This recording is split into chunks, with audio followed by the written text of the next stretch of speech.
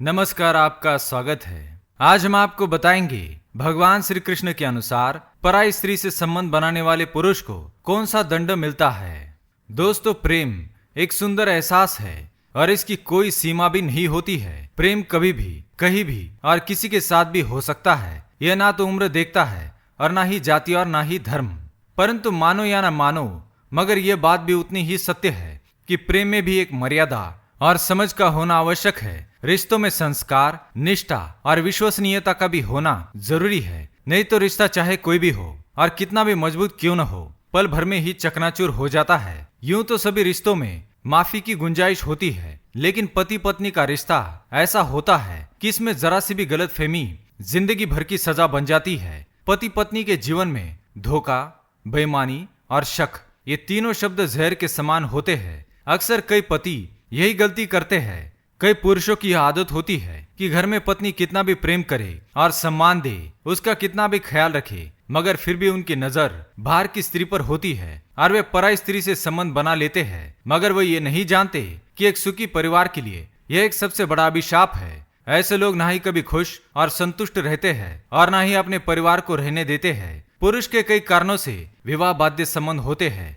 इसमें सबसे प्रमुख कारण तो उनका चरित्र होता है। प्रेम और वासना में बहुत बड़ा अंतर होता है और यही अंतर करना वह भूल जाता है। प्रेम की तुलना केवल त्याग और समर्पण से हो सकती है, लेकिन व्यभिचार से बिल्कुल नहीं। महाभारत और रामायण जैसे महान पुराणों में भी कई ऐसे प्रसंग आए हैं कि जिनमें पुरुषों द्वारा पराई स्त्री से या तो संबंध बनाए गए हैं या फिर बनाने की कोशिश की गई है, परंतु ऐसे संबंधों का नतीजा हमेशा बुरा ही हुआ है। अपनी कड़ी तपस्या से देवराज इंद्र का सिंहासन भी हिलाकर रख देने वाले विश्वामित्र की घोर तपस्या को भी एक स्त्री ने ही पल भर में भंग कर दिया था। एक बार एक वन में ऋषि विश्वामित्र तपस्या कर रहे थे। वे तपस्या में इतने तल्लीन हो गए थे कि उन्हें किसी भी बात का होश नहीं था। उनकी तपस्या भंग करने का हर प्रयास विफल हो रहा था। नारद मुनि ने जब यह खबर इंद्रलोक में पहुंचाई तो इंद्रदेव को भी अपनी सत्ता छीन जाने का भय सताने लगा। तब उन्होंने एक स्त्री का सहारा लेने का सोचा और विश्वामित्र की तपस्या भंग करने के लिए इंद्रदेव ने अप्सरा को भेजा, जिसका नाम था मेनका। मेनका की सुंदरता और वासना के आकर्षण में फंसकर विश्वामित्र जैसे तपस्वी ने भी अपनी वर्षों की तपस्या भंग कर ली। उन्होंने मेनका के प्यार में सन्यासी जीवन को त्याग दिया और मेनका से विवाह करके गृहस्थ जीवन व्यतीत करने लगे। परंतु कुछ ही दिनों के बाद मेनका को उन्हें छोड़कर वापस इंद्रलोक जाना पड़ा। विश्वामित्र इस बात से बहुत दुखी हो गए। कहानी का तात्पर्य यह है कि जब विश्वामित्र जैसे महान ऋषि का तप भी एक स्त्री भंग कर सकती है, तो साधारण मनुष्य की बात ही क्या।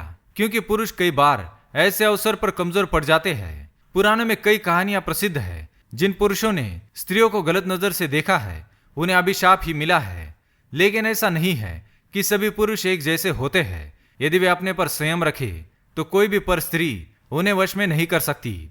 अक्सर देखा गया है कि एक ही परिवार में रहने के बावजूद कई पुरुष रिश्तों की मर्यादा भूलकर अपने ही घर की स्त्रियों पर कुदृष्टि रखने लगते हैं, जिनका अंजाम हमेशा ही बहुत बुरा होता है और रिश्तों की मर्यादा भी तार तार हो जाती है। जिस प्रकार बेटियों और बहुओं को घर की इज्जत कहा जाता है, उसी प्रकार से पुरुषों को भी चाहिए कि वे उस इज्जत के मान का ध्यान रखें, अपनी सीमाओं का ध्यान रखें और सदैव दूसरी स्त्रियों को अपनी माता और बहन की दृष्टि से देखे और उनका सम्मान करे।